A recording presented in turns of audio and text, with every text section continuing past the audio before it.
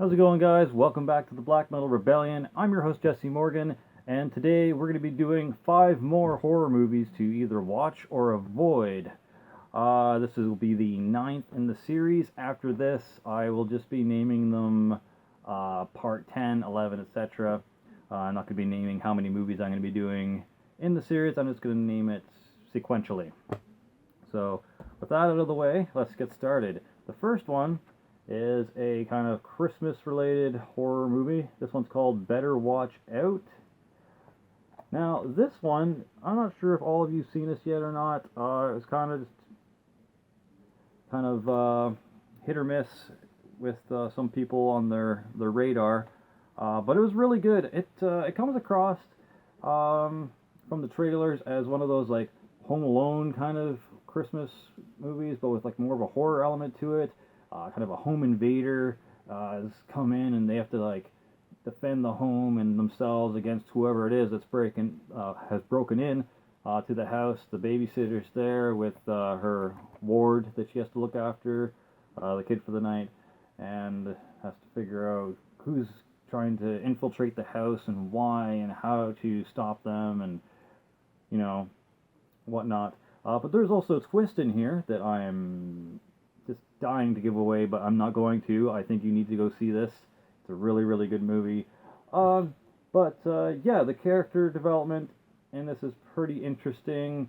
Like I said, especially once you hit the twist, which comes about, I'm gonna say about 45% of the way through the movie. Not halfway. I'd say just a bit before halfway. You kind of figure out who the intruder is. Let's say. And it kind of just goes really, really crazy from there. It keeps spiraling into more and more insane stuff. A certain character that's in here, you don't expect them to be who they end up being. You don't expect them to act the way they end up acting. Their motivation for doing what they're doing doesn't seem to be enough to make them do what they're going to do in this, let's say. It just seems a little extreme, to say the least. But yeah, this was really, really good. I really enjoyed this. This was an excellent kind of holiday season type of horror film. Definitely worth seeing. There's some pretty humorous stuff that happens in this. Good laughs. Really, really creepy stuff that happens in it too. Some stuff, like I said, you're definitely not expecting. There's a twist or two in it. There's like the main twist, and then there's like a smaller twist or two in it. And then the ending is pretty funny and does kind of leave it up for a potential sequel. And I think I would watch the sequel and probably buy it if the trailer looked good enough. But yeah, this is really, really good. I'm gonna say this is a strong 8.5 out of 10 for a new, out of the blue, holiday season horror film. So yeah, Better Watch Out.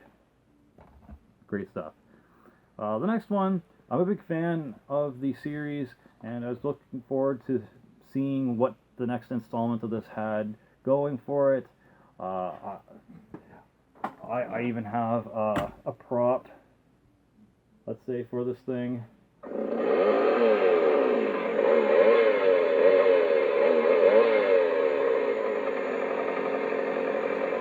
Yeah. So you should know what it is by now. This is the Texas Chainsaw Massacre beginning Leatherface. This is kind of the prequel to Leatherface, or to Texas Chainsaw Massacre the beginning. It starts off with Leatherface as a young boy in the family.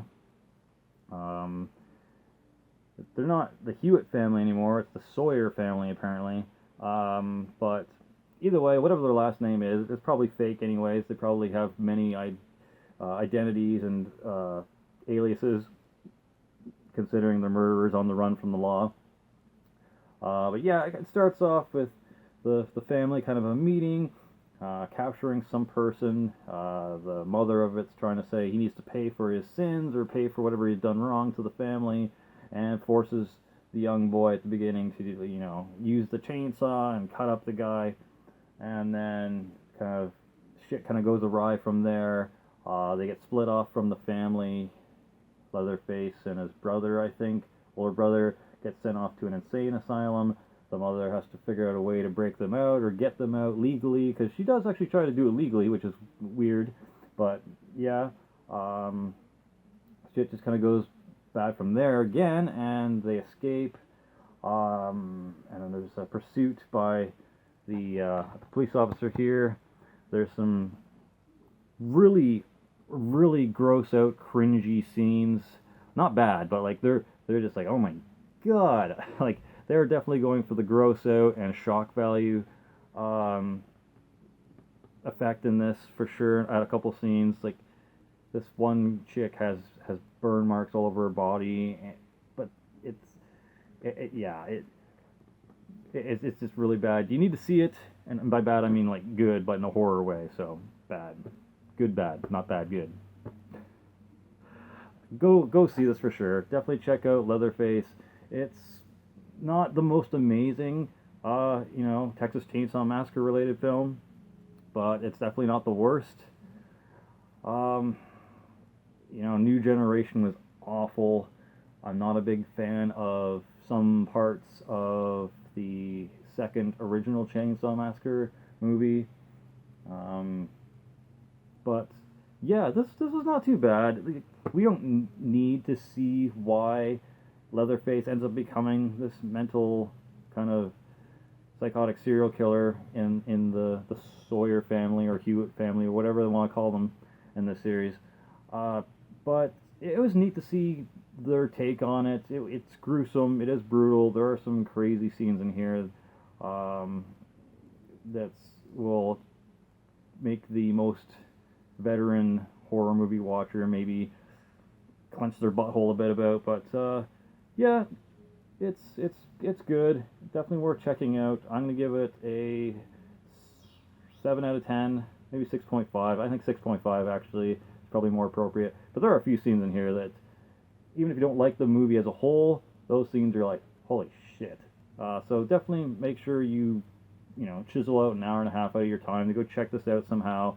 And if it's, about 10, 12, 15 bucks at your local, DVD store or Walmart or wherever you decide to get these things from, definitely cough it up for it. It's worth, 12 to 15 bucks. Maybe not 15 if you got something else you want to throw that towards, but definitely 12, 15 if you're a really, really big fan of the series. 6.5 out of 10. Still really good, in my opinion, but just could have been better. Maybe I need to rewatch it again, but probably not going to do that for a bit. This one got shat all over, and I don't know why. I actually really, really enjoyed this one, and there's some of the acting in this is not the greatest, but it's horror, and this was, I'm pretty sure, a straight to DVD horror movie.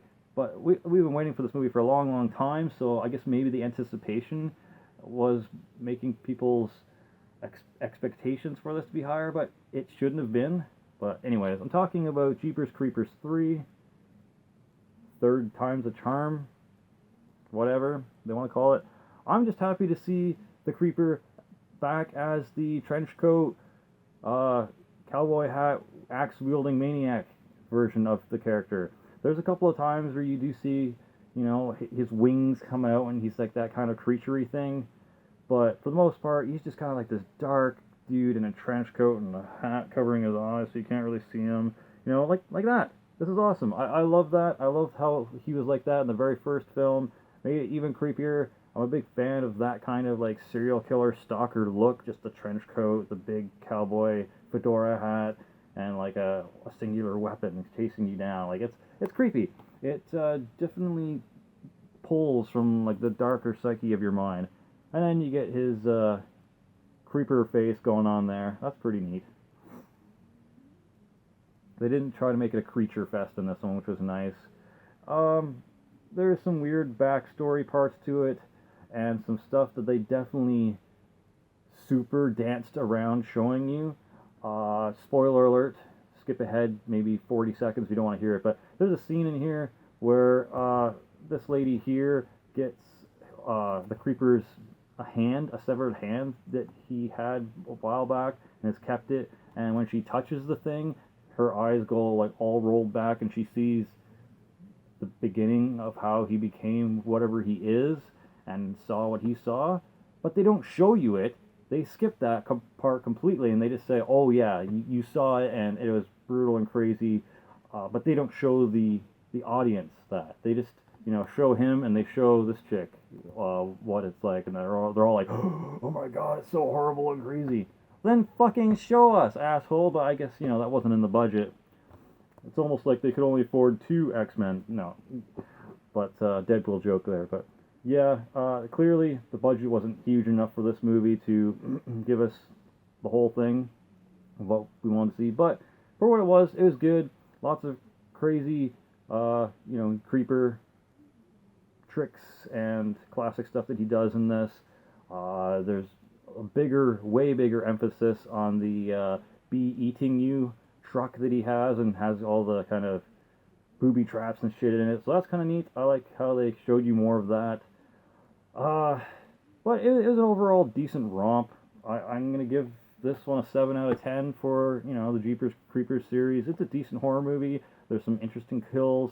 There's some stuff they kind of left out of it that I wish you'd seen. Maybe they'll make it a 4th one. I doubt it, though. This probably didn't make any money. But it was decent for the probably final installment of this. Yeah, 7 out of 10. Jeepers Creepers 3. Go check it out.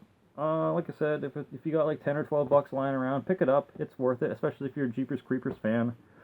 Now, the next one I really, really enjoyed, and has to do with this shirt I'm wearing here.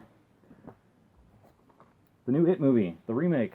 Honestly, this was better than the first one, and being a classic horror movie fan, I'm surprised I'm saying that.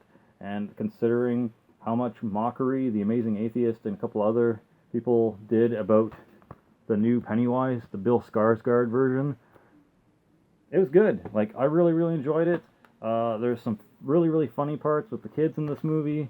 They say some pretty funny things. There's some mom jokes in there. There's some poop jokes. There's some sex jokes. There's a lot of inappropriate stuff that these 13-year-olds probably should not be saying. I basically look at it as real life South Park characters, because that's pretty much how they talk in this. The adults are pretty creepy, I gotta say. Like, the pharmacist is kind of creepy.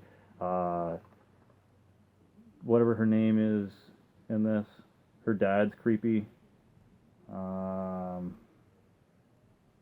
And obviously Pennywise, the dancing clown, is creepy as fuck. Really good. Really glad to finally have a copy of this on DVD and seeing it. The wife is lucky and got to see it in theaters. I did not, however. Yeah, looking forward to Chapter 2. Can't wait to see who they cast as the grown-up versions of these kids. Definitely check out it.